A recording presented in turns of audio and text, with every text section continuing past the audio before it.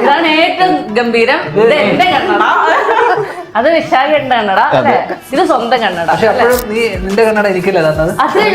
ഈ 3 പേർക്ക് അത് കൊടുക്കാൻ മനസ്സിലായില്ല. ഇല്ല, തോന്നിയില്ല. കാരണം എന്താ പറയുക, എനിക്ക് ധ്യാനോട് മാത്രമാണ് ഇങ്ങനെ ഭയങ്കര ആത്മബന്ധമുള്ളത്. ഞാനത് എല്ലായിടത്തും തുറന്നു പറഞ്ഞിട്ടുണ്ട്. 3 പേരെ പറഞ്ഞു വിടട്ടെ.